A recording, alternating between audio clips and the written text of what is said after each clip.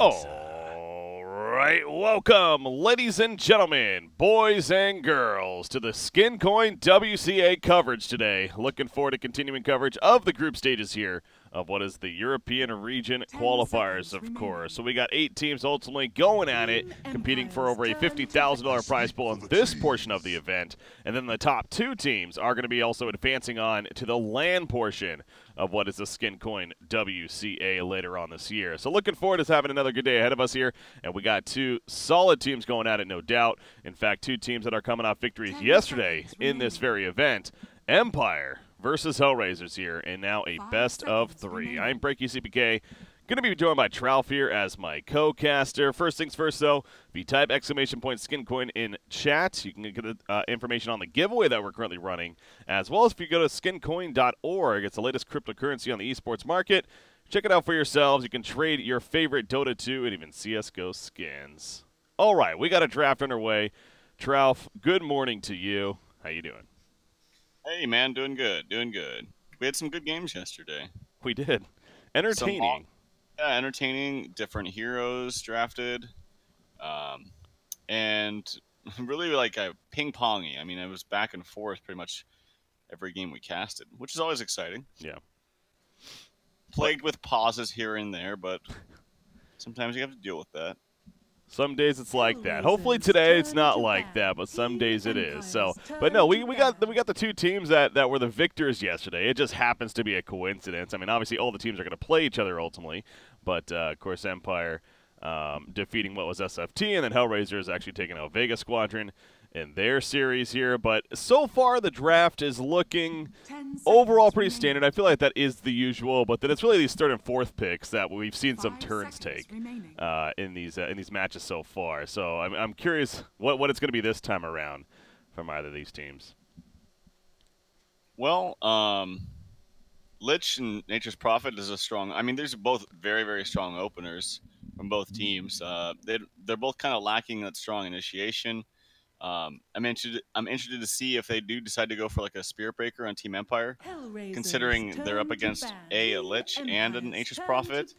It's very good against both of these heroes. They don't have a way to stop you from charging, and whenever you're against the Lich, you know that you're dealing with potentially dual lanes, and I think SB is good at exploiting that. So I'm surprised to see HellRaisers haven't banned that out. And again, this just could be a thing where I'm not as familiar with European Dota and CIS Dota and whether they value it or not. We did see it banned out yesterday, so we know that they do pick it and ban it. In fact, wasn't it, which team was it? Was it SFT?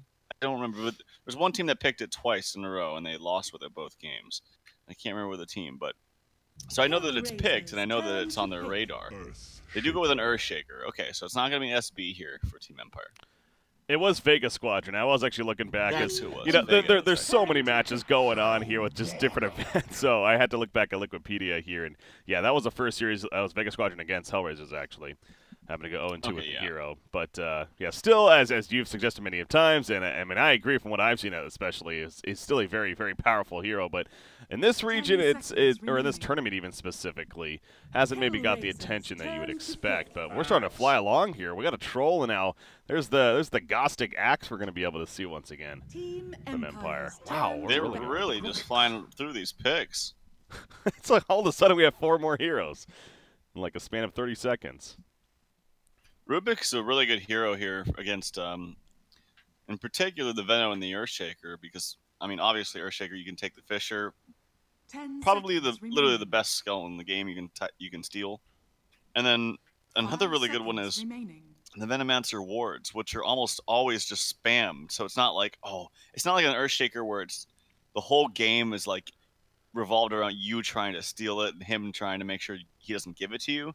With a Venomancer, you're just like throwing out those wards all willy-nilly, and you're going to be casting them regardless. And so it's almost a sure thing that you're going to be getting them if you're playing Rubik. So that's really nice to have. It's just a free level 4 wards whenever Venomancer decides to actually max that out. And it's actually good against the Axe too if you're not caught in the call, because you can just throw him up once he does call. And although it's not as good as a Yules because you're still going to be spinning, you can kind of keep him at bay. Yeah, fair point. So it's very confident with that pick. Understandably, really no matter maybe who that 4th pick was going to be from Empire, but Man, just flying through was a troll into the axe, into the Rubik, and now we got the final picks to come for either side. It's looking like we're going to be left to the mid options once again for both of these teams right here. Between Empire and HellRaisers. Batrider banned though from Empire, so maybe they assume different. Perhaps the Nature's Prophet safe lane. We did see that yesterday, I want to say, so that could be a possibility. But yeah, interesting Batrider ban there with their final one. Yeah, maybe they're thinking, yeah, a Lich Troll mid and a Rubik Nature's Prophet or something like that. Lich Troll mid would be very strong, for sure, if that's something that they decide to go with. And as far as Team Empire is concerned, I'm curious to see, I guess, I don't know, it's off-lane Axe with a probably safe lane Veno? I'm not quite sure, but it is going to be like a 1 or a 2 Veno. So yeah, that'll be interesting to watch. Look at the lineup they had yesterday with their axe. They also ran with the Veno and the Ancient Apparition. They actually had the Clockwork instead of the Earthshaker, but still a very, very similar idea already when it comes to their lineup. And then Troll was their final pick. Obviously, that's not going to be happening here, but a similar hero or just another kind of building pusher, objective doer, perhaps, is what they're going to be thinking about with that final pick. Maybe something like a Viper kind of always comes to mind for me, but there's a lot of range in this game. Noticing that more so on HellRaisers, though.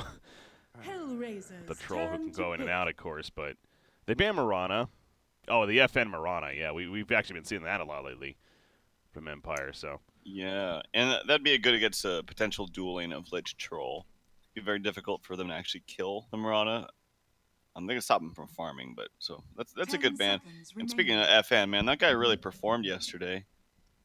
Yeah, he's again. He definitely the standout player for that team, I'd say. I want to say he played Mirana the 2 of the games at least, but yeah, he's their mid player, and again, that's what I go back to with Empire. I didn't necessarily feel bad for their other players, but at the same time, I kind of did because Resolution got so much attention on that team, and like I said, for good reason, but this team still qualified in the first place without him, and they are still a very, very good makeup around what was Resolution at that point. And now, obviously he's moved on to other ventures himself, but very, very good team. And FN's one of those players, a mid player that maybe underappreciated to an extent. So I agree with you. He looked great yesterday, and I expect him to do well today with whatever hero he ends up with. But Faceless Void, final pick. All right, that's interesting. Tricore there from HellRaisers. Yeah.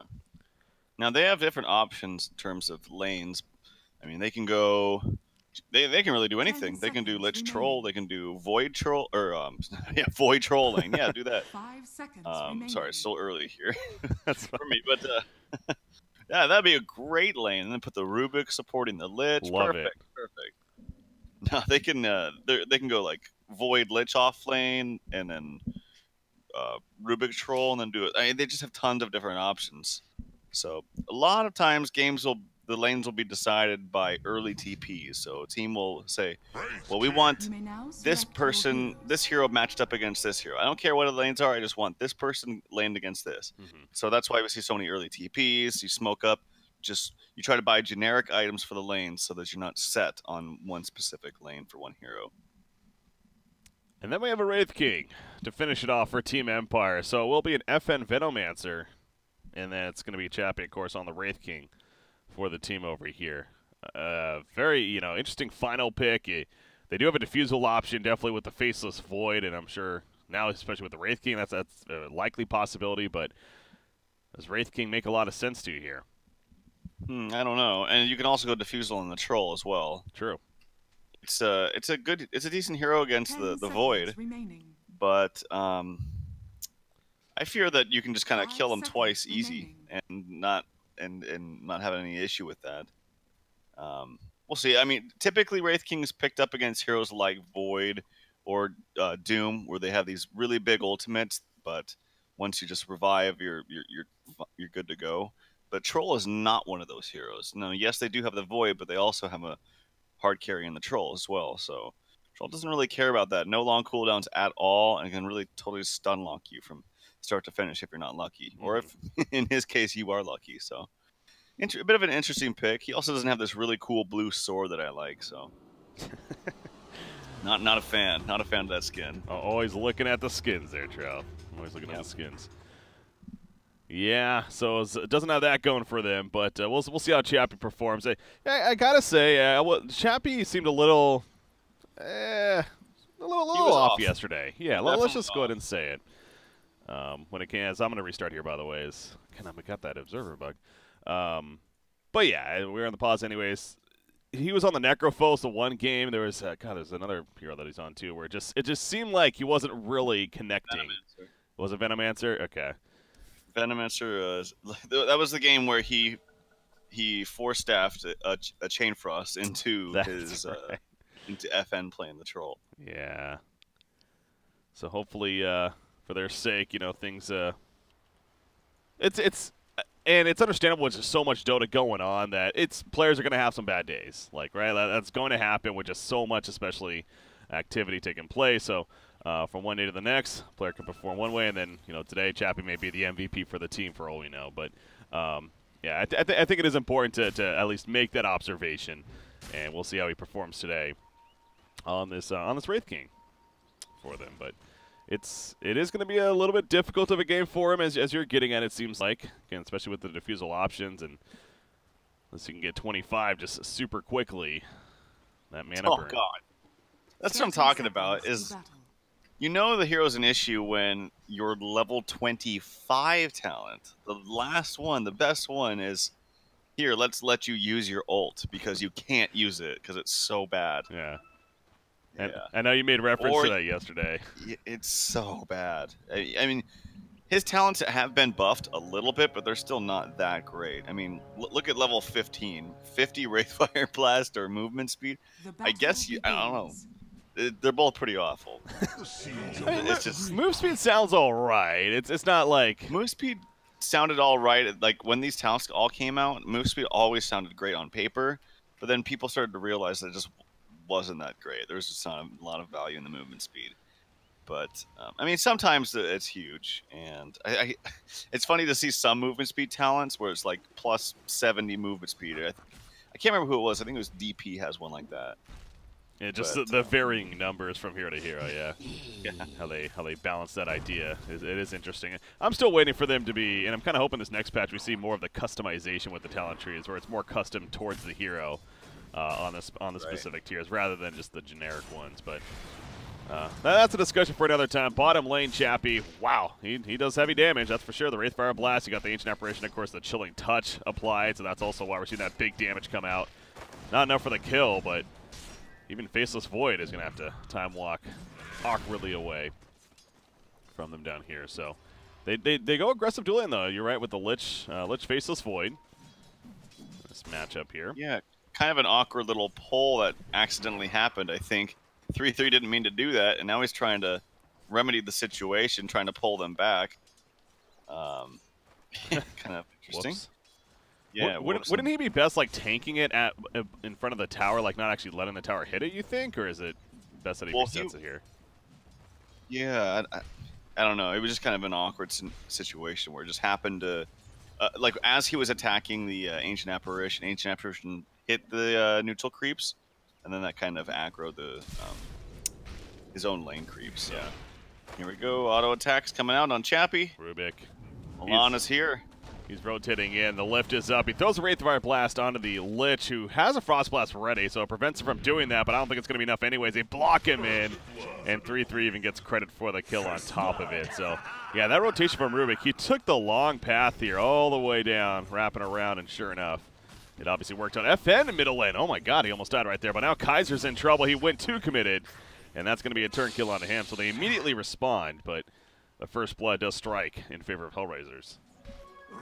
Yeah, and they got the creep equilibrium kind of back to normal here because just the Lich is so good at that.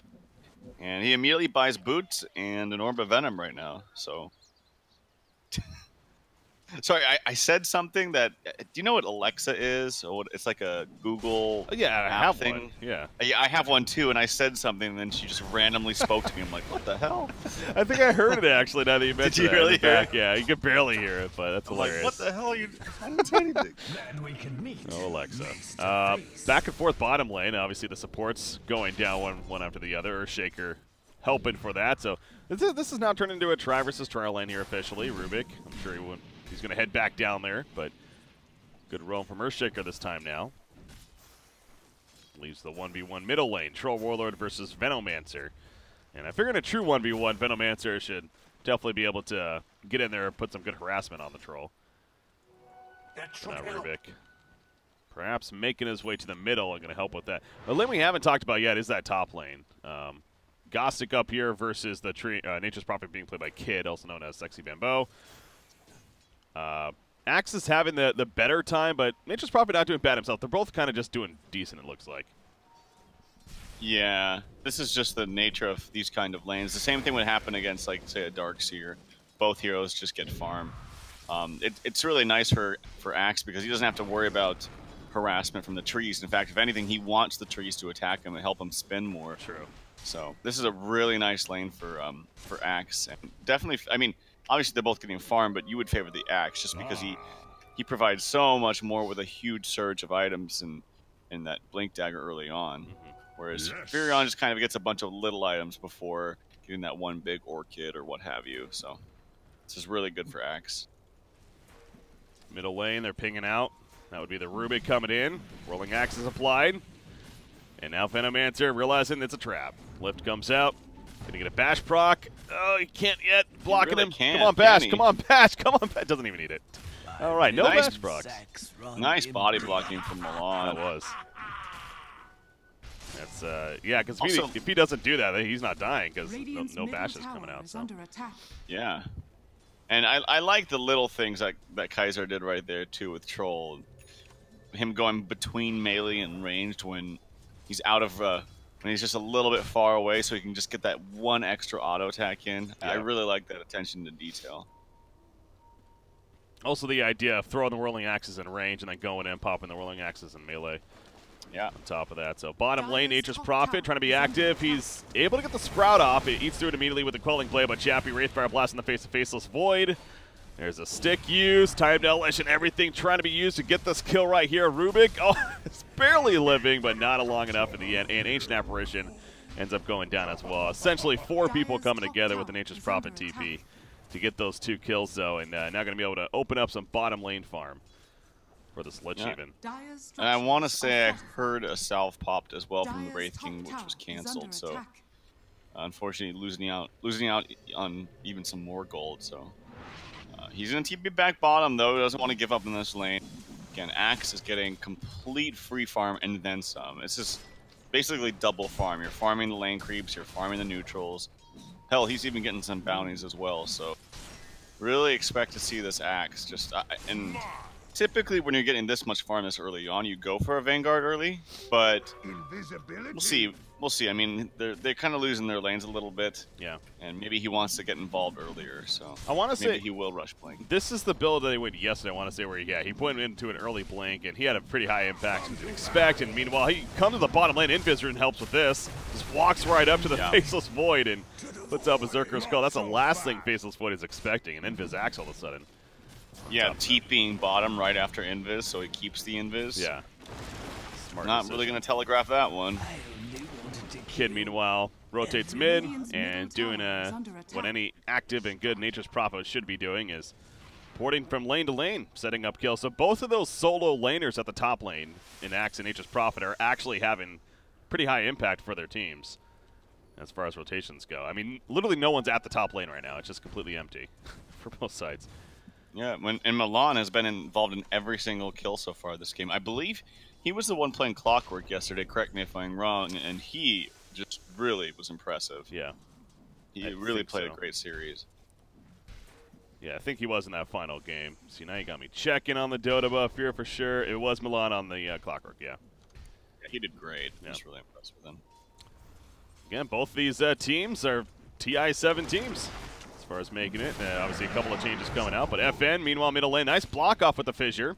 That blocking, though, of the Treants is making it a little more difficult, but Maposhka throws out the Enchant Totem stun, and it allows FN to walk around. Bottom lane, meanwhile, they're diving on a Vansker, get him taken out. Now Chappie's also in trouble. He does not have support, so there's no way he's getting out of this one. Maybe. Axe coming at the last second. They spread. They do kill Chappie. Axe at least going to go for the turn kill on a J4, which he will successfully make happen. Over here, we got Milan is also going to go down. Colding Blade doesn't have mana for it. He has it now. No, yeah, okay, he is going to use it. Double kill coming out for Gostic there with the rotation. So, I mean, you did give a couple of kills to Axe. You do take out the Wraith King, though, so kind of a back-and-forth exchange there. And the Radiant's Courier was killed somewhere, and I don't know where, because there was 5 heroes of Radiant bottom. Hold that thought, as there is a haste rune up on the Void. The ultimate's popped from the Troll. By the way, that combo is very, very nice. Yeah. 3-3, trying to get some damage in, but a little too far in. Got a couple of bashes in, but just doesn't have the auto attack damage just yet. Yeah. And yeah, that's going to be an 8-minute blink here for Axe. 3-0-0. Extremely good start for him. Yeah, I can't believe I never even mentioned this, but this is an old combo with the Troll and the Void. With the ultimate, the Troll ulti being used during Chronosphere for Void to really get those bashes in and what have you. So yeah, that's totally slipped my mind, but that used to be a very common combo. It's like you mentioned that, and that makes a lot of sense. It's top lane, by the way. Gostic going in, showing off that new Blink Dagger, and he's going to take out Sexy Bambo on the Nature's Prophet. Chappie, of course, there as well to even assist initially, and that's obviously a great use start for Axe. But I don't know if we've really seen this combo too often lately. I can't remember the last time I would have casted this Troll Faceless Void combination, because, you know, I was thinking on paper, like, he wants to be melee, so the Chronospheres could be a little bit awkward. At least he can transition to range, but you are right with the Battle Trance. That makes a lot of sense, and, you know, especially something like a Mask of Madness on Faceless Void, which you see often too. Middle lane, by the way, Rubik. He might end up going down here, but Kid ports in, trying to get at least the turn kill on Maposhka. Chain Frost comes out, the immediate spread. Good reaction by the Radiant side, but FN, the battle, the whirling axes do connect, and Venomancer, the range auto attacks is probably, no, he does make it out. Good job by FN right there. Earthshaker was picked off, though. And also, Faceless Void dies at the bottom lane. Guess who? It's Axe once again with another kill. So this is living up to what we saw yesterday already, Trout. Just plenty of action continuing here in already game 1. Yeah, and Firon could have chosen to go for, oh, hold that thought. Chappie doesn't have an ultimate. He skills it just now at the last second. He did, in fact, want to use that and have that off cooldown. There's going to be a blink in again from Ghostic. This Axe initiation just proving to be a huge problem here for HR. Although they are doing pretty good in terms of net worth, relatively even, but Ghostic is having quite a ball here with this early farm. Yeah, this is a fairly, I want to say, he's one of the more popular Axe players, and I think about it. I know I've seen him, I think at TI he actually played it several times and did pretty well on it. This is definitely a favorite hero of his, and again, we even saw yesterday him doing it and make it work for Empire. So, comfortable hero, he's 4-0-2. He's already well on his way to his Blade Mail on top of that, as that's also going to be obviously a huge item this game, so. Yeah, you know, one of the great things about picking heroes like Axe, or just heroes in general that aren't picked that often anymore, is that teams and players somewhat forget to how to play against it. It's like they've played against it before when it was so popular, but then it's kind of in the back of their minds, and they have to just gotta get used to playing against them again. Similar to, like, for instance, a hero like Slark that's considered pretty bad right now in the metagame. I hear a Chain Frost. It's used for creeps. Okay. All right. Got the stack. Yeah, usually you wait till like later in the game, but okay. Anyway, for instance, like a Slark is considered a very bad hero in the metagame right now, but you can get away with it sometimes because players forget how to play against it. They're not used to playing against it like they once were. So a hero like Axe, who, yeah, very strong, and people, of course, understand that when you get that blink timing, it's very strong, but you're not used to playing against it like you maybe were 6 months ago when it was a lot more popular, or whenever it was.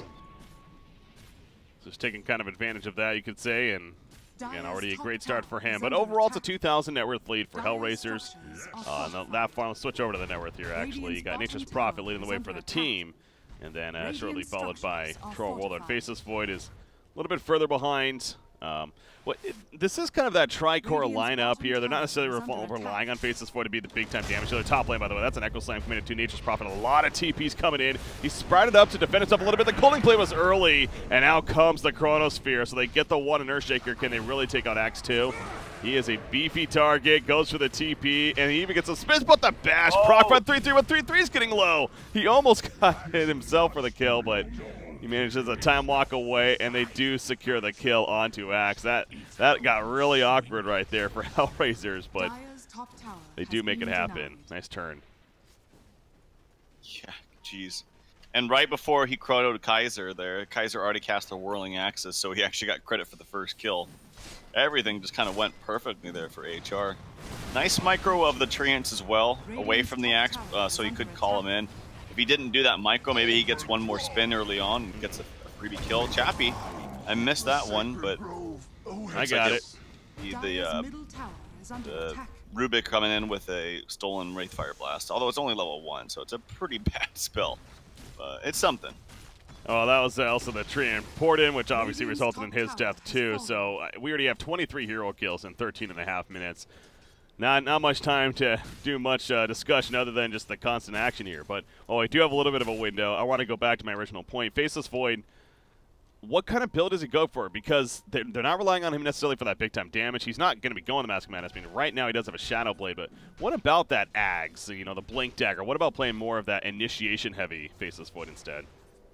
Well, Ags is certainly great. It just, again, you have to kind of gauge how the game is going. If the game is going where it's like we're winning every single team fight as long as we just get any kind of chrono, like 1, 2 heroes even, doesn't have to be a huge one, then you just get that Ags, because then you just want to cast as much as possible. If it looks like Kaiser is having troubles or not able to get the farm because he's getting pressured too much in the mid game, then maybe you go for something more farm oriented like the Diffusal Manta. Right now it does seem like they want extra initiation. What they can do with a Shadow Blade is scout somebody out with a Shadow Blade, pour it in with a Furion, then Chrono, and then you have 2 heroes attacking with a potential Troll ult on top of it. So I like the build that he's going for right now. Maybe even a Vlad's, because they have really strong push with the Furion and the Troll. The Troll's probably not going to get Vlad's because he's already got this Mask of Madness. So maybe I would suggest that he's already got... Oh, hold that thought. That's big action here behind the tier 1. Huge combo coming out there. Now 3-3 will actually survive though, so wasn't as beautiful as maybe expected initially, but that was the Ice Blast coming in on top of the Earthshaker, but now Earthshaker gets caught out. And that's going to be a kill on him, so the Chronosphere used from 3-3. They didn't kill him initially, and he makes it backfire on top of them there. So good response, man. Ends up being the 1-for-1. And you see the Plague Ward army, by the way. This is what you talked about with the Rubik pick. How he clearly stole that and using it in response. But, yeah, so it kind of goes back to, though, to your point that you're making on the Faceless Void. So it sounds like it's one of those cases you're not like going into the game committing towards one build. You kind of just react depending on how it plays out here. And so right now going for initiation with the Shadow Blade. We'll see how it progresses. Well, their initiation right now is not the greatest, to be honest. It's hold that thought. More action, just constant fighting here. Nice blast coming out. Chain Frost did go off, though. It bounced over to Roshan, but between Roshan and Maposhka, he does not like that. He is going to die to it in the end. Axe, of course, going down as well. So a 2-for-1, well in favor of HellRaisers, considering all they lost was Lich, and he even got the Chain Frost off to assist with said kills, even getting the one of it. So that exchange right there, at least going HellRaisers' way, but it just slowly continues to be slightly better for them. The Axe is, I don't want to say dying off, but he started the game, what, 4-0-2, and now he's 4-2-4, so clearly the impact is lessening a little bit. Yeah, well, luckily for them, Axe never falls off, ever. That's one of the great things about this hero is he's always good. It's pure damage, it's pure damage, and you can always use that blink call. It's uncounterable by everything. You can't get a BKB, you can't get a Lincolns. The best you can do is someone else on the other team can get a Yules and throw you up in the air. That's the best answer that you can really have. Obviously, you can also go on to him, but that's a whole different issue. But yeah, so they just need stronger initiation from their Void in general for this team. Like I said, there's really no initiation other than like a smoke into a Rubik lift. Like that's all they got. Or of course his own running at them, time walk and ulting, but that's sometimes not as reliable as scouting out with an invis and then going in after that. Well, again, Rubik is playing the 4 position here technically, and you do see the farm on him. Yules. Yeah. Oh my God. He does have a Yules, and there's that quote-unquote counter to the axe as very good against axe. Something. So they got that now, and he does have the blink queued up. So speaking of that initiation, that ideally will come here once he gets started. He is so farmed. Yeah, good for him. Very active game. 2, 4, and 8, so that'll help. He actually steals the Battle Hunger right here. Going to use it on a Gostic. Try to turn kill him. We're going to use Berserker's Call. The Chronosphere comes out. Earthshaker's going to port. No, he doesn't port into it, but he can't save him either as the Fissure was just a little bit too late from him. So another find an axe, and that's essentially 3 deaths in a row for Gostic again. He's been, ever since the 4-0-2 start, he's 0-3-2. And that's only like a 5-minute span. So he really has slowed down. He did manage to get the Blade Mail. But I mean, as you're getting at, though, he's not necessarily, it's not like he's tapering off the game here, but Rubik Invis spawning out this Earthshaker running around. Earthshaker's pretty fast. Maybe he wants to wait for a Fissure. He's going to just... Oh, they don't even need to lift him just yet. No. They get the initiation with the Orchid. Use the ultimate from the Troll as well for extra auto attacks. And what spell did he steal there? Unfortunately, he only got... Yeah, he's really getting the short end of the stick here for spells. He's getting the level 1 Wraithfire Blast. He had a level 1 Battle Hunger. Now level 1 this. Oh, Blink Call onto the Furon up top with an AA Blast to follow. Doesn't get the call, but the extra damage will help Vanscore secure that one.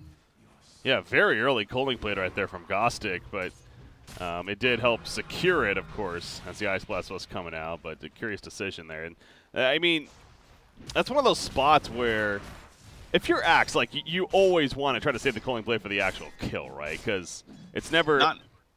Go ahead. Not necessarily. There are some situations where if you wait too let me try to explain this. If you wait too long to cast it when you're supposed to actually get it the proc, maybe you're so low that you're about to die, so it's better to just get that little burst of damage right before you die, even though you know it's not going to work, so that you can help your team maybe finish them off. That's maybe like the only instance where it would be better to just get it off so that you can get any sort of extra damage before you die.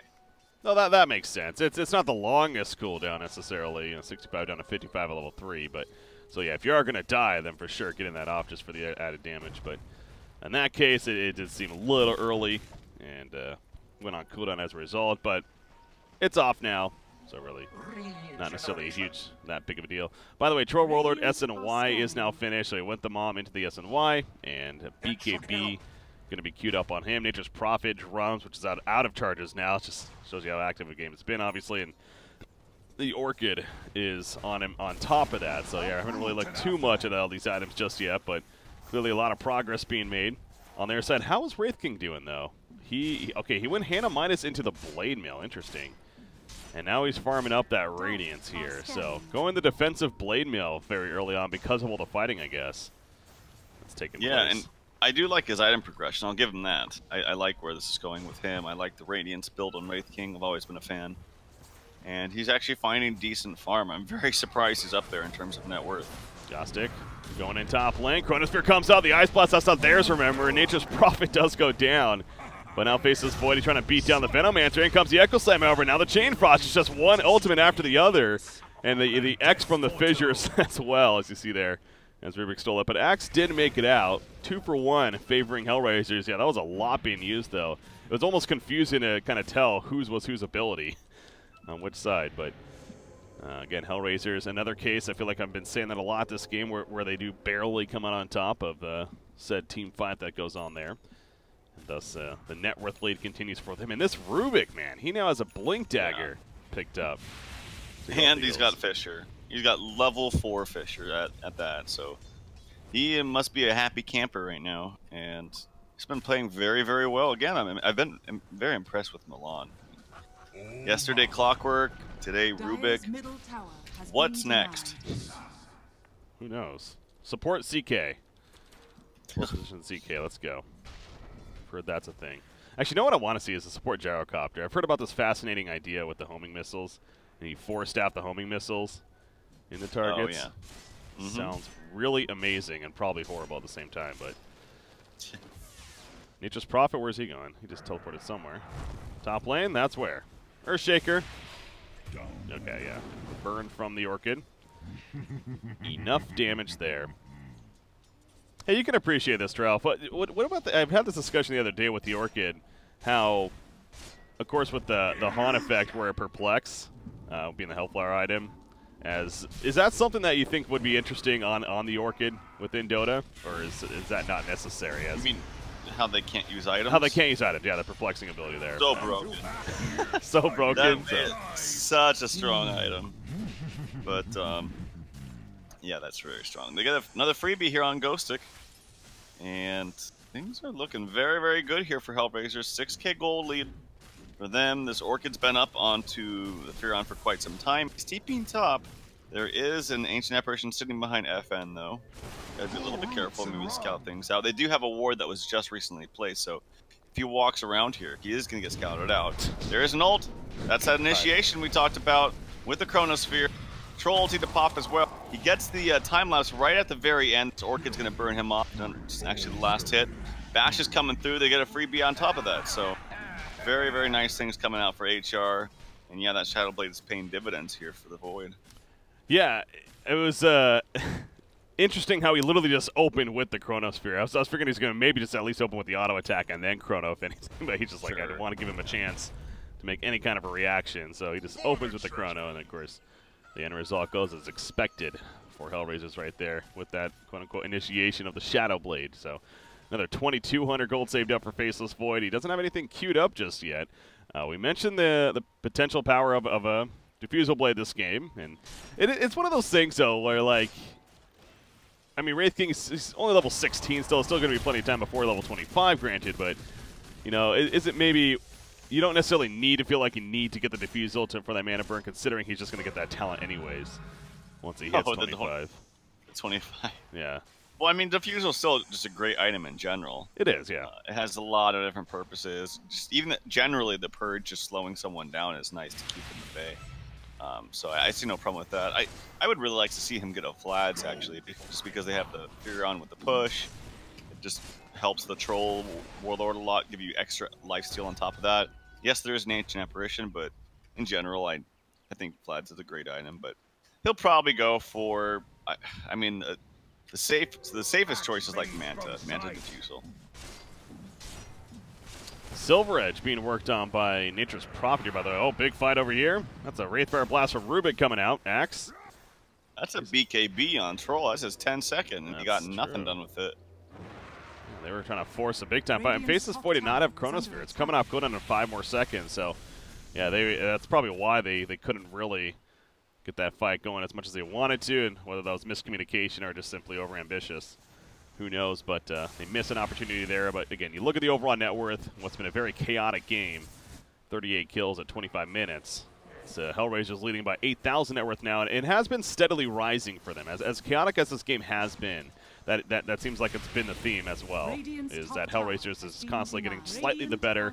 But the Radiance is now finished on Wraith King, and you mentioned yourself how you actually like seeing this build on the hero, and Wraith King's a scary hero, man. If he gets on top of a target, he can drop them in a couple of hits. Time is money. Yeah, and just Radiance is a great item for him specifically. He has his own lifesteal. He's relatively tanky. He's a strength hero. He has 2 lives, so I've always been a big fan of the Radiance build, and he's got it at a pretty decent time considering the laning stage. It was not favorable for him, so. I'm going to check out what kind of talents he's got, actually. He went for the 10 intelligence. See, that right there is already interesting to me, too, because if you are looking towards late game, like ultra late game, meaning level 25 talents and what have you, then you wouldn't really want the 10 in, because you're not going to need the mana cost anyway. Oh, sorry, I missed a kill up there. But As did I. You're not going to really need the mana cost anyway, right? So why do you need the extra 10 intelligence? Yeah. So you can cast your awesome stun multiple times? Yeah, it is a little awkward on the hero. But then you're like, but it's only 15 damage. It's like, and that feels pretty bad too. So, so I talked about it. I really don't like the talents of him. His level 20 talent is probably the best one. But even then, I mean, who's gonna get 10% vampiric aura at lifesteal anyway? Yeah. Watch him get it, but yeah, right. He's like, I'll prove you wrong. No. This doesn't seem like a lineup that would even remotely benefit. Like, if you have if you have like 3 or 4 players on your team that are actually like right clickers and doing a fair amount of damage with that. If you have a Warlord on this team. Yeah, if he was on the other side, say replacing the Rubik, then sure, it'd be great. No. Or if like that's one of those two where, to be fair, there are those heroes that, you know, hell, like Lich to an extent with 150 damage talent. Speaking of that, where it seems like Valve tries to give you the option of you can either build this hero support or you can attempt to build it into a carrier, right? Like that's kind of the Wraith King, and I know CK has talents for that where you can actually try to build more of the support heavy quote unquote Chaos Knight or a Wraith King if you want, and that'd probably lean towards more of that, of course, where you wouldn't want attack speed if you're building a support Wraith King. As odd as that sentence sounds, but I think that's no. I know what you mean. I know what you mean. It is a little odd though, just in general, to see a a plus 150 damage talent for Lich. Yeah, that's. There's been those meme builds with you get the Shadow Blade Silver Edge, you get like a full Mjolnir. I mean, level 20, he hits pretty hard. Then there's the level 25 talent even with the attack speed or the slow that he provides on his auto attacks. The free Scotty. Yeah, the free I have Scotty essentially. Pretty Pretty good. Bottom lane Diffusal is picked up by Faceless Void, by the way. Some more item progress happening. And the Troll. And Troll, yeah, so they have that mana burn now. And in general, the Purge. So Wraith King, he's level 18 here. It's still a little bit. It'll be a good 10 minutes at least before that level 25 is coming online, if not longer. So that's going to be good value. Potential fight, though. Chronosphere's ready. This is shaping up to be a pretty big one. He goes in with a Shadow Blade Axe. He blinked in somewhere. Oh, he blinked away, actually. Oh, no, wait. Where did he go? He did blink in. BKB, he got lifted up. He's going for Rubik in the backline. So Wraith, that's Earthshaker going to be jumped, excuse me. And now Ancient Apparition also found. Wraith King going on to Nature's Prophet, though. The Courier's killed me. Well, that's a blink tag on the Courier. That was delivering, I'm guessing, to Chappie, actually. Anyways, they get the kill on Ancient Apparition. Kaiser, he's just sitting on top of Gossing. Those spins, so you got to be careful. The Chain Frost is bouncing around in favor of the dire side. Wraith King, though, getting some hard hits in there, but now he's in trouble. And that Mana Burn is real. It's not real enough, though. He's barely alive with 200 mana, and he is going to be able to survive long enough to get that mana back, if anything, and be able to reincarnate now. I deserve. Now, did you see what was on the Courier? Was there anything It was a being maybe blink. delivered?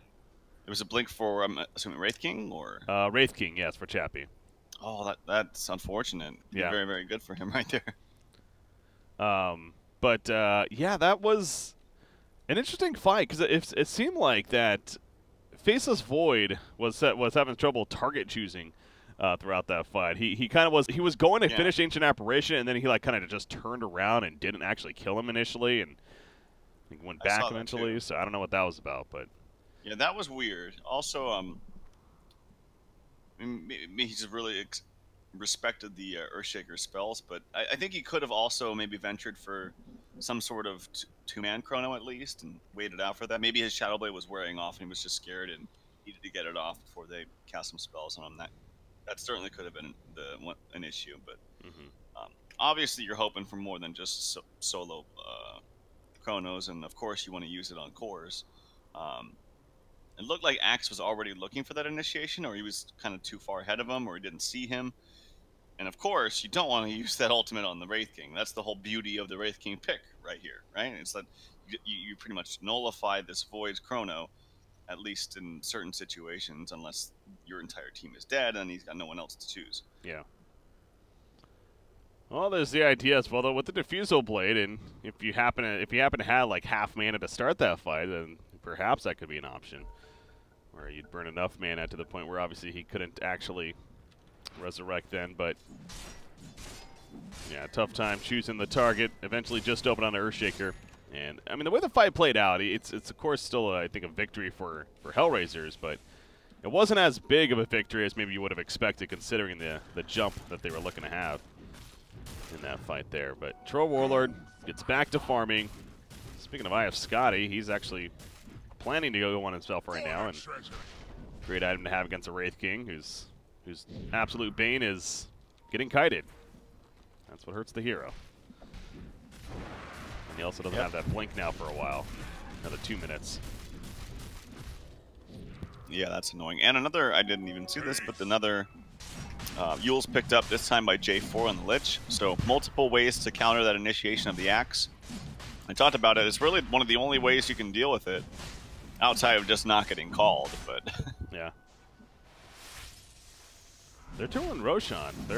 They're being Empire, actually attempting to do Roshan, and right now HellRaisers, they have no intention of defending. I mean, they have no vision in the area, so maybe they just don't expect it. But it's going to be a free Roshan kill actually for Empire here, and FN will pick up the Aegis. I gotta think that caught HellRaisers a little bit off guard, because I can't see them not wanting to fight that. I mean, Chronosphere wasn't up, I guess, but right.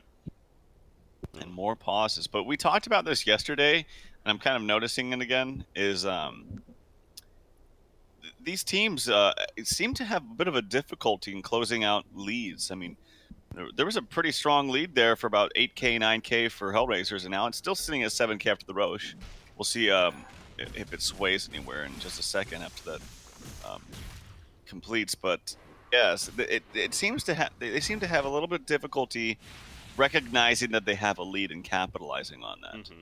We noticed that yesterday as well. I think there was one, I can't remember which team, I think it was even Empire, that was up like 13K gold in one game, and it seemed like it was completely even. Yep. I mean, they were losing all their fights. And it wasn't because of an outdraft or someone messed up and was missing spells or anything. It was just like general overall play.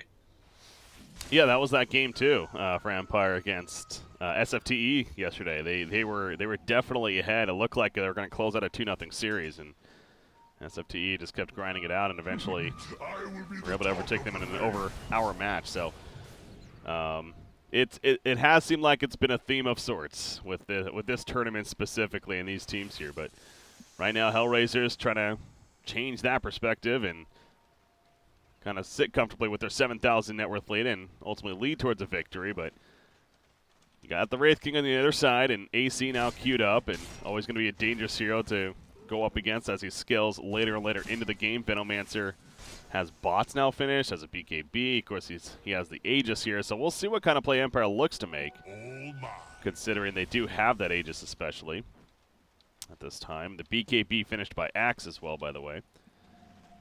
And it looks like towards bottom. Empire wants to initiate down here. They know that they're down here. And then again, this is just the beauty of the Wraith King pick. The Void cannot initiate onto him. He's not confident that he'll burn enough mana onto the Wraith King before he's killed, and then you kind of waste your chrono. So 2 TPs up top. They're gonna try to go for this Furion. Initiation from Ghostic with an AA blast. Tons of units all around him, and an easy kill there for Vanscore. Yet again gets credit for the kill. That's just not in time for him to actually get the proc on his ult. For Ghostic, that is. Yeah. Well, Vanscore is definitely liking a little bit of farm here. I mean, no one's really under-farmed this game. Even the Ancient Apparition at the bottom, he has Arcane Boots and Earn. He's working on a 4-stab, 1,000 gold saved up, so doing pretty well. Middle lane, though, by the way. Chappie pops a Blade Mill. Obviously, he has Reincarnate. Good chunk of mana left right here. So for now, he's fine. Time dilation off to the side as they jump faceless boy, though. Can he maybe Chronosphere to run out? Nope, not even nearly enough time. He's dead for 70 seconds, Tralfin. We're seeing it in action. I mean, Empire, well, it's a 7,000 net worth lead, is now a 2,000 net worth lead. And this is probably going to be a middle tier 2. Just like that. And they have Aegis to go. They have Second Life on Wraith King. He's being healed up with Urns as well. FN is almost level 25, so those wards are going to hit for 3 times the damage and have 3 times the HP. So just like that, in a series of about 90 seconds, we see about a 7K gold swing in favor of Team Empire. Insane, man. It's just, it's almost like I just don't get it, how it's just swinging like it is. But right now, Empire, even they don't technically have the net worth lead, you got to think that they're feeling very good now. You mentioned the level 25 on Veno just about there. Hell, Wraith King is 22.5 now. So really, it's only going to be another 5 minutes or so at this rate that he'll also be level 25, and thus that talent kicking in, and he won't even have to care about it. You know what? With the way this game's been going, dare I say, does he get the cast Wraithfire Blast on Resurrection? Is that a thing? No, I've never actually gotten it. Does it cast just one? No. Or is it like it casts an AoE, I believe. So, like, any targets I've around. never seen it, so I don't know. I can't answer that question. Okay. I've literally never seen it. I believe it casts, like, and targets just any target that's in range, it'll cast it on it. So you could almost play like a dive bomb bill where it's like, oh, I'm about to die. Well, that's kind of, you know, that's fine. Honestly, I would get that. Just out of sheer principle, because I can't go behind a talent that's like enables an ult that that just sucks. That fixes the hero. It can't be used. Yeah, it just fixes the hero. The seeds of fortune. We'll see if that's an option. Because, again, the mana hasn't really been an issue, honestly, so far this game. No, it hasn't. So. Even with the defusals. The whole 25 Venomancer, man, he got there quickly. Troll is almost there as well, to be fair, so it's not like he's just insanely ahead. The Rubik has more net worth than the Void right now. Wow. He just expired. Oh, that is big. Can they actually kill him, though? We got the PKP off. Gossick in the backlines, jumping on Troll Warlord. Golding playing in time with the... Oh, he actually went early again, and Kaiser will survive at the time being. Hurricane Pike away from FN right there, so he's still well alive. As I say that, he's actually melting now, and 3-3 going to open back on him. Yes, gets the kill. And again, no Aegis to save him either. Ancient Apparition trying to finish off 3-3. He's having a run break effect on the Gossick. He's turning and running himself, and he'll actually pop the Shadow Blade to survive. It's turned into a very scattered fight right now. Faceless Void is managing to barely live over here, as Nature's Prophet also runs away. But you look at the damage done, it ends up being a 2 for 2. And, I mean, HellRaiser, again, took advantage of the Aegis just expiring at least. But Chappie stays alive throughout. He's now 24+. He has the AC finished. Double damage ring as well. Yeah, Axe spots it. They're going to give that to him. But without the Aegis now, I don't know if Empire is going to necessarily look for objectives here as far as pushing Tier 3 just yet. Possibly wait for another Roshan would be my guess. Just continue more hero kills at this point. Yeah, and this Furon's very scared to do anything. And speaking of that, Ghostic, he hasn't been spotted out here. And he's trying to find Kid here. Very, very close, and Sexy Bamboo will skirt on out of there. Just one more second, and he maybe would have spotted him out. Yeah. Does have that gem as well, so you can't run away with the invis. Faceless Void, BKB almost finished on him, but you're right, Rubik, man, he has a pipe now finished, and he even just queues up the axe at this point to go with as well. So the pipe, though, against the Venomancer, the Earthshaker, it's definitely a lot of value this game for the team, so it's understandable.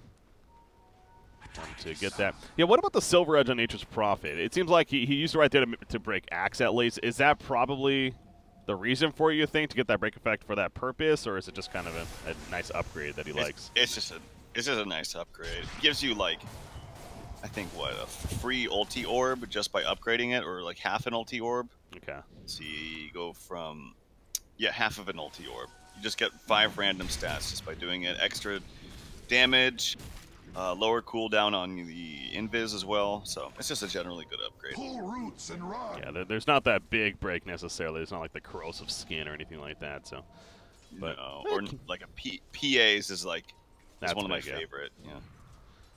Yeah. Taking away the counter helix, it's definitely not bad, but it's not like you got it for that reason as you're getting at. Everything's almost there. I'm actually very intrigued because really he has not had mana issues this game. No. What does he get? Oh, disappointed. Really was hoping for that, but it's just a safety net. It's okay. What if I do have an issue though, and it does become one? But they don't have any natural mana burn, obviously, and the diffusals haven't necessarily been doing it. So. I was hoping to, because I've never seen it. So no, I'm with you. Yeah, it's it was a greedy thing on our part for sure. But he's rushing in. Gostick, he jumps on, and that's Lich right there. He has a Chain Frost, going to maybe get that off 4 step away. He's actually going to be fine for now. Rubik, Chronosphere in the backlands. The Chain Frost is bouncing around Milan.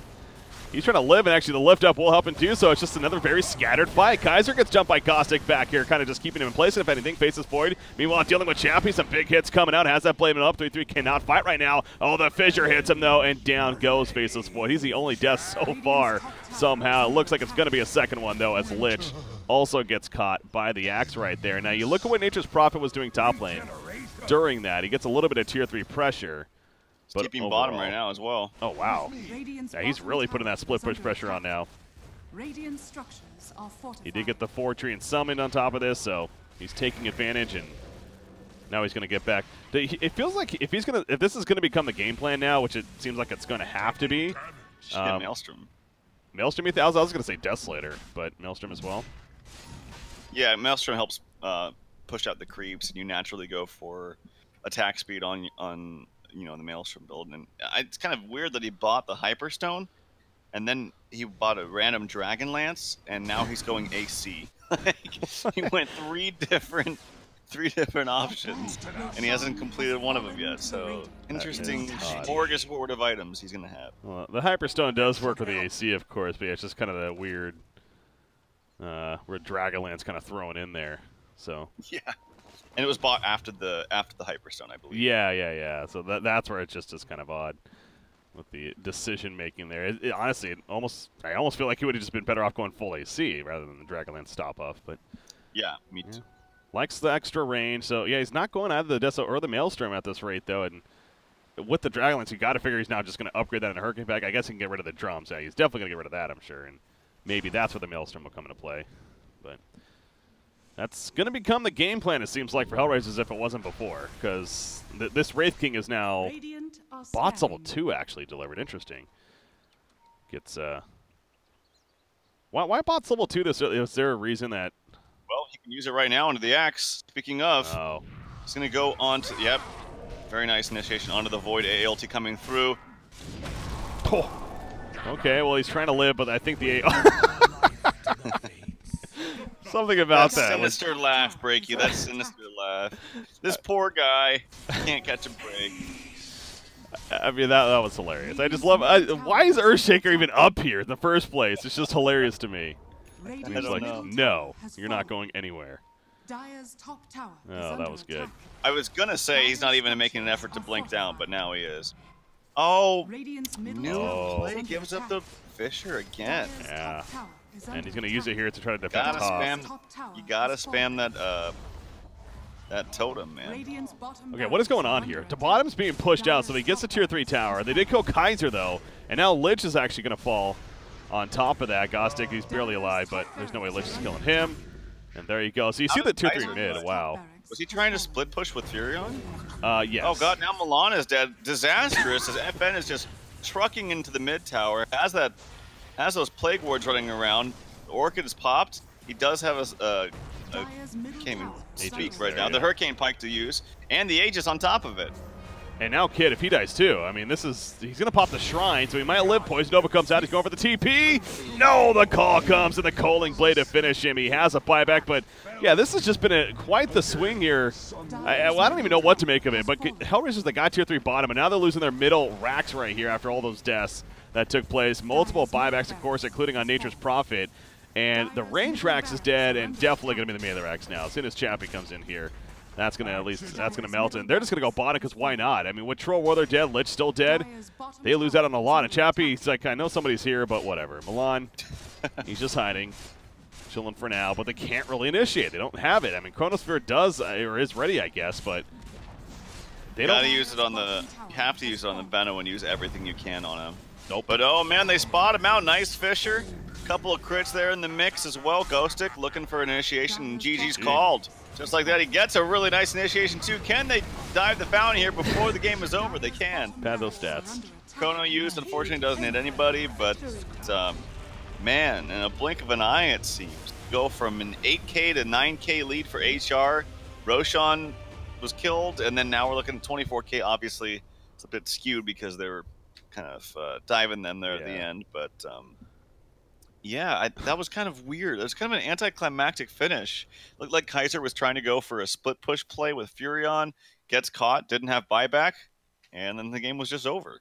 Yeah, we were just kind of having fun with that moment there of the Earthshaker getting the kill on Faceless, and then all of a sudden, that just chaos. I mean, that's kind of been the theme of the game, I guess, in a lot of these series, but the whole split push mentality, we knew that's what HellRaisers was going to go for, but it was more than just the Nature's Prophet. They were clearly also trying to do with the Troll and the Lich down there, and they got completely split up, and Empire just kind of picked them off one by one, completely took advantage after all those deaths took place, and even with the couple of buybacks they had, it clearly did not matter. And Game 1 victory for Team Empire. It's another game where we have quite the graph. We've been having a lot of these where one team, and HellRaisers in this game essentially almost had a 10,000 net worth lead past the 30-minute mark, and 10, 15 minutes later, it's a 20,000 plus advantage for the other team. It's essentially like a 30,000 gold swing, and net worth swing even, in the one team's favor. So Empire, they're going to take game number 1, though. We'll see what crazy shenanigans happen in game number 2 between these two teams. I'm sure the entertainment will continue. I'm BreakyCPK, though, joined by TraLFDota. You're tuning into the SkinCoin WCA. If you type in !SkinCoin in chat, you can get information on the giveaway. And also, if you go to skincoin.org, you can check out the latest cryptocurrency in the esports market. You can trade for your favorite Dota 2 and even CSGO skins as well. Again, that's skincoin.org. Game number 2, guys, going to be coming up next. Stay tuned. We'll be right back.